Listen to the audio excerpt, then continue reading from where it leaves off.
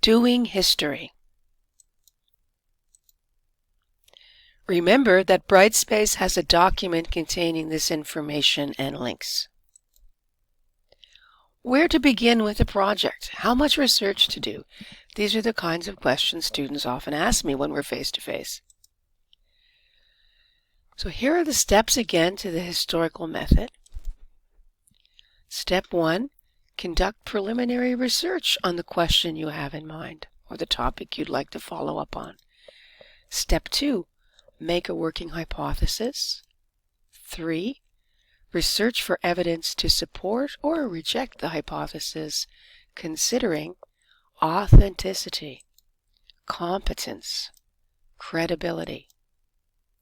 4, make a thesis or argument statement, a one-sentence statement of what you want to research and what you think the outcome will be. 5, reconstruct history, express your ideas. So how much research to do in this process, in this historical method? You should have at least 3 good sources of information for a history project. What's a good source? Good sources of information are authentic, competent, and credible. Authentic. Is the information in the document, image, or artifact authentic? That is genuine? Is it real? Has it been tampered with? Is it a forgery? Is it a fake? Competent. Was the author of the information or image in a position to know the truth? Credible. Was the author of the information likely to have wanted to tell the truth? Could he or she have intentional or unintentional bias? Bias. Have you ever thought about that word? Bias is holding an unfair, unthinking, or unbalanced opinion, often refusing to look at other sides of an issue. We all know folks who are biased. Sometimes we're all a little biased. There are 3 kinds of bias we're concerned with in history: unintentional bias, deliberate bias, and confirmation bias. What do you think are the differences between these?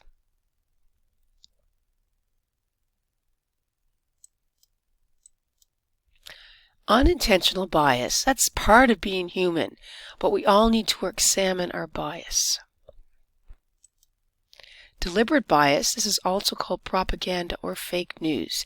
It's telling half-truths or lying or twisting the truth, fooling people, trying to fool people on purpose.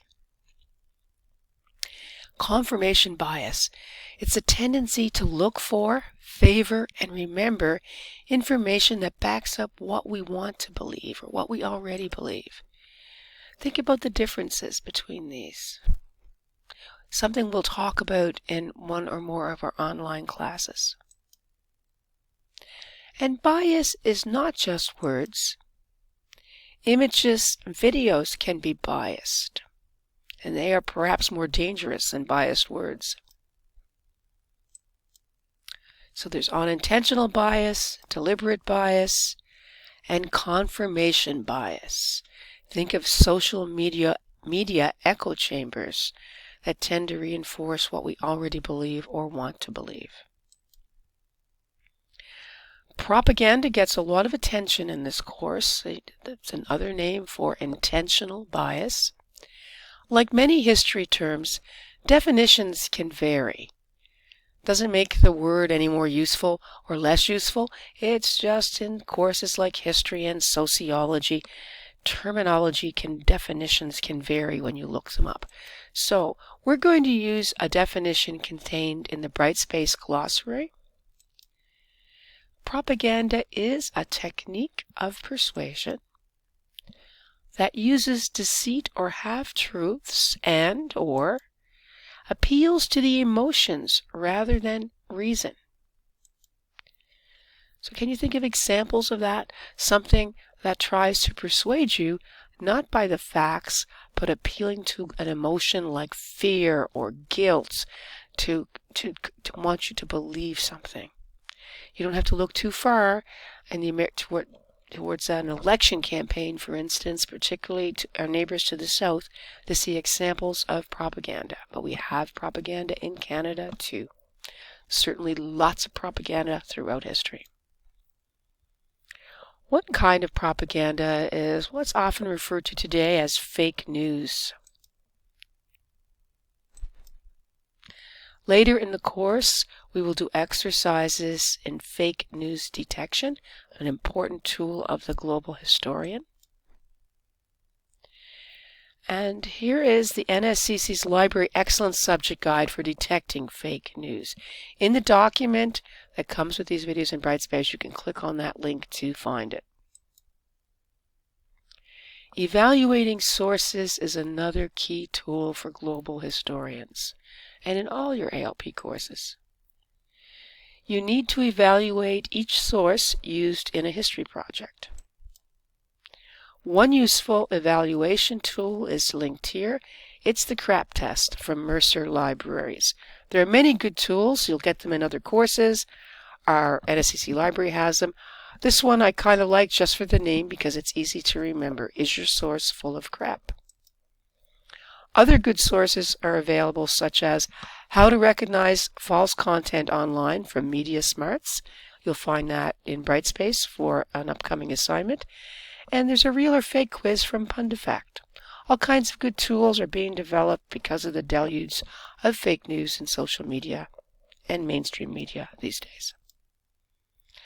Another question students often ask is, how much research do I need to do? So you should have at least 3 good sources of information for a history project. What's a good source would be the next logical question. Good sources of information are authentic, competent, and credible. If you're not comfortable about evaluating sources, you can use one of the source evaluation sheets we could give you in Brightspace and in other courses to evaluate each source for a project. Another thing about sources, history sources can be primary or secondary sources. Primary evidence is recorded at the time of the event, kind of eyewitness accounts. Secondary evidence comes from records made after the event, sort of second-hand accounts. Can you think of an example of each kind? Primary evidence, here's some examples. Published documents such as books, newspapers, pamphlets, and advertisements made at the time. They're originals. For example, the Universal Declaration of Human Rights, which we look at in Module 3 of this course, the Cape Breton Post coverage of World War II during World War II. Unpublished documents are important sources of primary evidence. Letters, diaries, financial records. An example, a purchase agreement made during the time of the Atlantic slave trade. They exist. They help detail the callousness of slavery. Oral traditions and histories. As one example would be an interview with a miner describing work in a coal mine in the 1920s. Visual documents and artifacts are another kind of primary evidence. Some examples would be a postcard mailed in 1900, photographs, even the style of headstones on graves. I knew a man that did a doctoral dissertation on the history of how English people thought of death by interpreting the styles of headstones and how they changed over the years. Secondary evidence, that's a little easier to see. It's a book written after an event has occurred. For example, War and Peace, Canada's Role. It's a textbook resource we have in the ALP classroom, written 50 years after World War II was over. A film made about an event after the event. In Module 4 of this year, you'll watch Heart of Steel. That's a secondary source. It's made after the steel plant is closed. In it, as it talks about the history of the steel plant, you will see examples of primary documents, though. Notice that a secondary source can use primary sources. Heart of Steel contains photographs, primary source evidence of women working on the plant during World War II. Primary or secondary. This is an exercise we'll probably do in one of our online courses.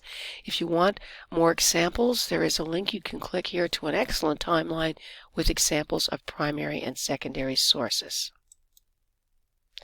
Remember, good sources of information are authentic, competent, and credible.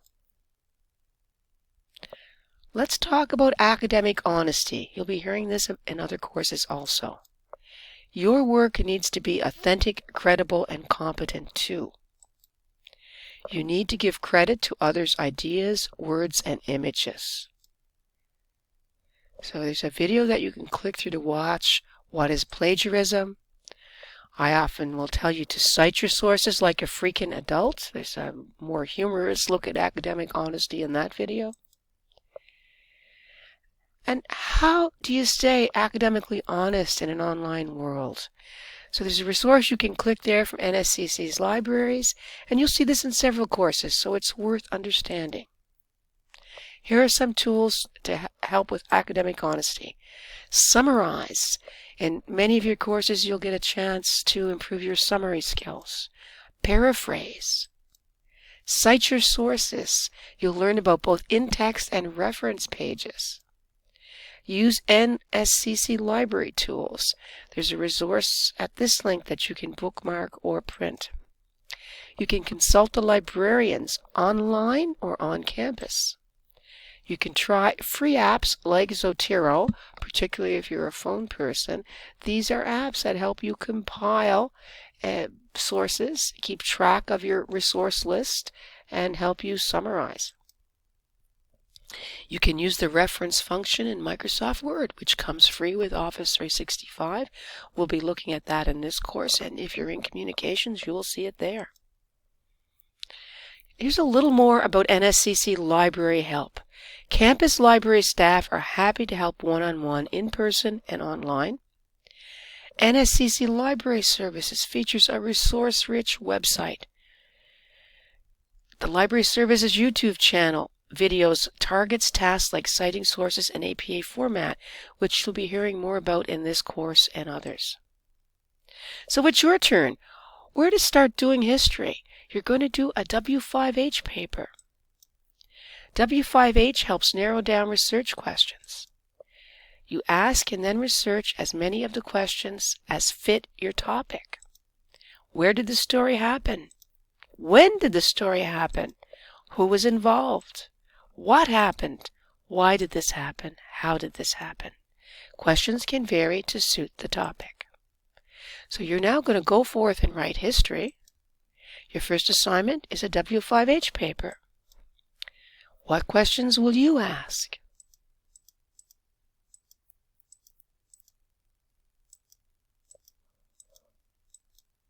Questions can vary to suit your topic. So you will find tools to help with this assignment in Brightspace, a sample W5H paper, a handout to evaluate sources, and a grading rubric. All of these will help. Remember to ask who's left out of the story.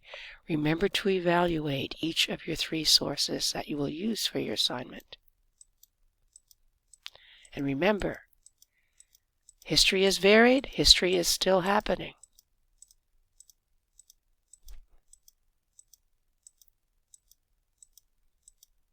What questions will you ask? And my last slide will be like your last slide and your reference page. I've included 3 sources that I consulted when I made this presentation slide. It's an APA format. You don't need to worry about that for your first assignment, but it's something you want to work towards for all your courses. A nice way to document where you found your good, competent, credible, and authentic sources.